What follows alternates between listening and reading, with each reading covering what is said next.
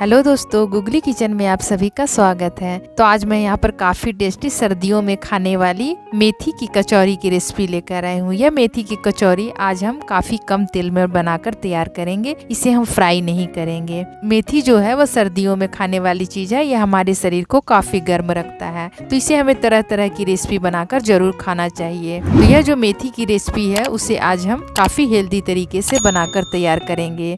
तो उसके लिए मैंने यहाँ पर हाफ केजी मेथी के पत्तों को अच्छी तरह से साफ करके ले लिया है। तो अब हमें इस मेथी को बारीक काट कर तैयार कर लेना है।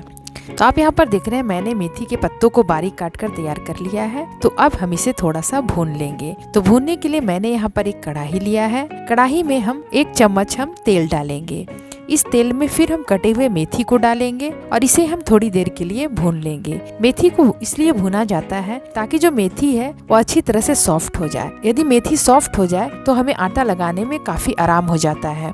इसलिए हमें मेथी को पहले थोड़ा सॉफ्ट कर लेना चाहिए। हमें मेथी को ज्यादा भूनना नहीं है, एकदम सूखा नहीं करना है। हल्का मेथी में मॉइस्चर रहे उसी समय हमें मेथी के फ्लेम को ऑफ करना है। तो आप यहाँ पर देख सकते हैं, आपको दिखाई भी दे रहा होगा कि अभी हमारा जो मेथी है वो हल्का सा ही भुनाया है।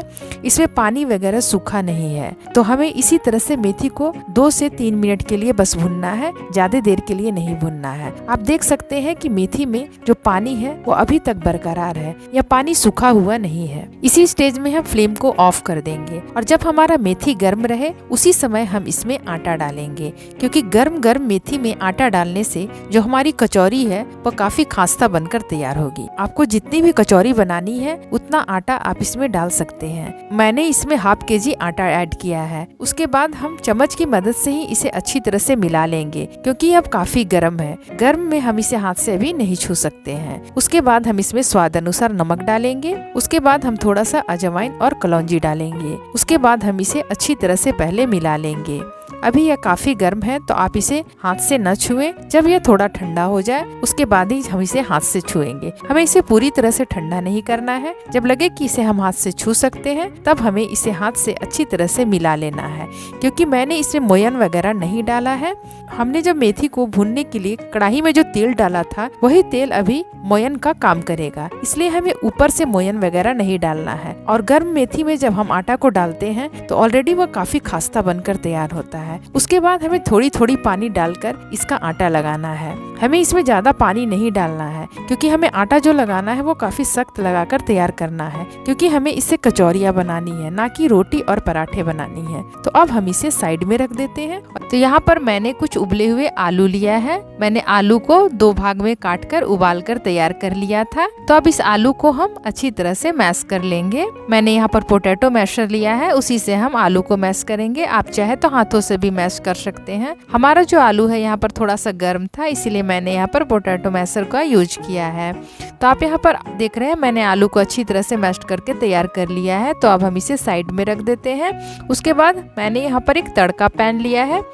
तड़का पैन में हम 1 बड़ा चम्मच सरसों का तेल डालेंगे। जब हमारा तेल गर्म हो जाए उसके बाद हम इसमें आधी चम्मच जीरा डालेंगे। जीरा जब हमारा चटक जाए उसके बाद हम इसमें 1 इंच ग्रेटेड अदरक डालेंगे। उसके बाद हम इसमें एक बड़ा साइज का प्याज डालेंगे, जिसे मैंने बारीक काट लिया है। अब इन सभी चीजों को हम थोड़ा सा भून लेंगे। हमें इसे ज्यादा नहीं भूनना है, बस प्याज हल्का सॉफ्ट हो जाए तब तक भूनना है। उसके बाद हम इसे थोड़ा सा हल्दी पाउडर डालेंगे। उसके बाद आधी चम्मच हम इसमें लाल मिर्च पाउडर डालेंगे। उसके बाद हम इसे अच्छी तरह से मिलाते हुए थोड़ा सा भून लेंगे जब तक कि हमारा प्याज सॉफ्ट ना हो जाए। हमें इसे ब्राउन वगैरह नहीं करना है, बस हल्का सा सॉफ्ट हो जाए प्याज और हमें इसे फ्लेम से हटा लेना है। तो हमारा जो यहाँ पर प्याज है वह थोड़ा सॉफ्ट हो चुका है। तो जब प्याज सॉफ्ट हो जाए उसके बाद हम इसमें भरकर 1 चम्मच किचन किंग मसाला डालेंगे। यह मसाला डालने के बाद आलू का जो टेस्ट होता है वो काफी ज्यादा बढ़ जाता है।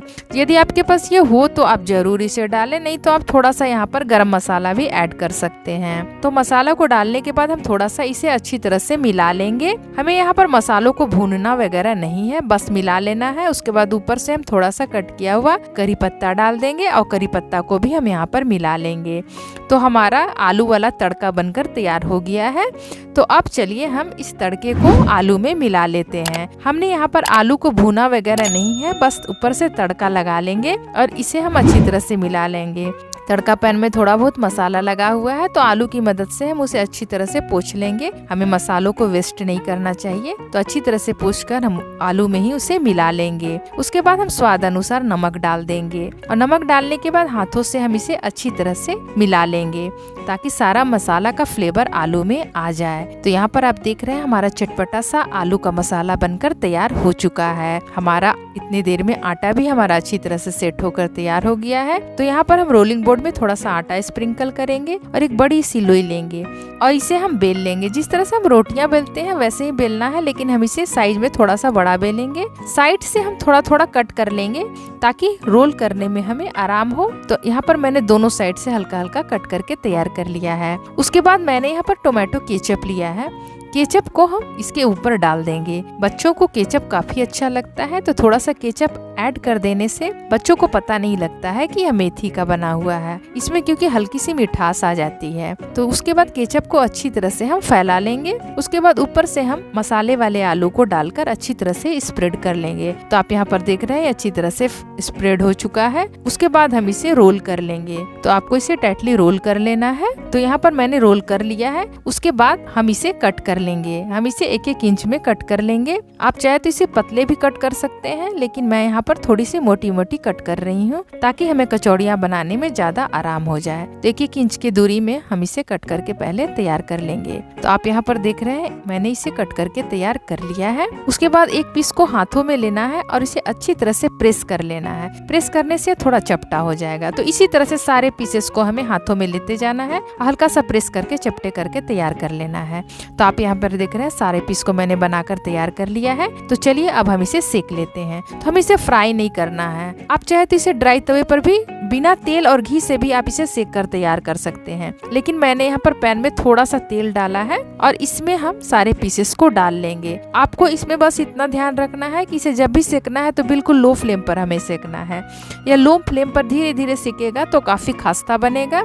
आप यदि इसमें तेल नहीं डालना चाहते हैं तो आप खाली तवे पर भी इसे रख कर आप धीरे धीरे इसे सेक कर तैयार कर सकते हैं। उससे भी यह काफी क्रिस्पी हो जाता है और आपको यकीन नहीं होगा कि आपको पता भी नहीं चलेगा यह जो कचौरी है वो बिना तिल कर बनकर तैयार हो गया है। तो यदि आप इसे तेल घी के साथ नहीं खाना चाहते हैं, आप इसे सूखे तवे पर भी लो फ्लेम पर एकदम सेक कर आप इसे खा सकते हैं। तो इस तरह से आप कम तेल पर इस तरह से कचौड़ियाँ बनाकर आप तैयार कर सकते हैं। आजकल लोग ज्यादा फ्राई हुआ चीज नहीं खाना चाहते हैं। लोग आजकल हेल्दी चीज को खाना पसंद करते हैं, इसलिए मैंने आपको बताया है कि आप इस तरह से हल्का तेल में भी इसे सेक सकते हैं, या नहीं तो आप इसे सूखे तवे पर भी इसे आप सेक कर तैयार कर सकते हैं। तो उलट पलट कर हमें इसे ब्राउन कर लेना है, जिस तरह से मैंने ब्राउन कर लिया है। तो यहाँ पर हमारी कचौरी बनकर रेडी हो चुकी है। तो चलिए अब हम इसे सर्व कर लेते हैं। तो आप देख सकते हैं हमारी एकदम खस्ता कचौरी बनकर तैयार हो गई है। और इसे आप सर्दियों में तो एक बार जरूर बनाकर खाएं, क्योंकि जो मेथी है वो हमारे शरीर को काफी गर्म रखता है। तो यहाँ पर मैंने थोड़ी सी टमाटर की मीठी चटनी बनाई है। इसकी रेसिपी मैंने ऑलरेडी यूट्यूब पर डाल रखा है। मैंने इसका लिंक डिस्क्रिप्शन बॉक्स पर दे दिया है, तो आप वहाँ पर जाकर इसे देख सकते हैं। तो चलिए अब यहाँ पर हमारी कचौरी देख सकते हैं आप कितनी मजेदार बनी हुई है। देखते ही मुंह में पानी आ गया ना। तो मेरी रेसिपी यदि आपको पसंद आए तो मेरी वीडियो को लाइक करें, मेरे चैनल को सब्सक्राइब करें और ये रेसिपी कैसी लगी है मुझे कमेंट्स बॉक्स पर जरूर बताएं। तो आज के लिए बस इतना ही। अगले वीडियो में फिर आपसे मुलाकात होगी। तब तक के लिए गुड बाय।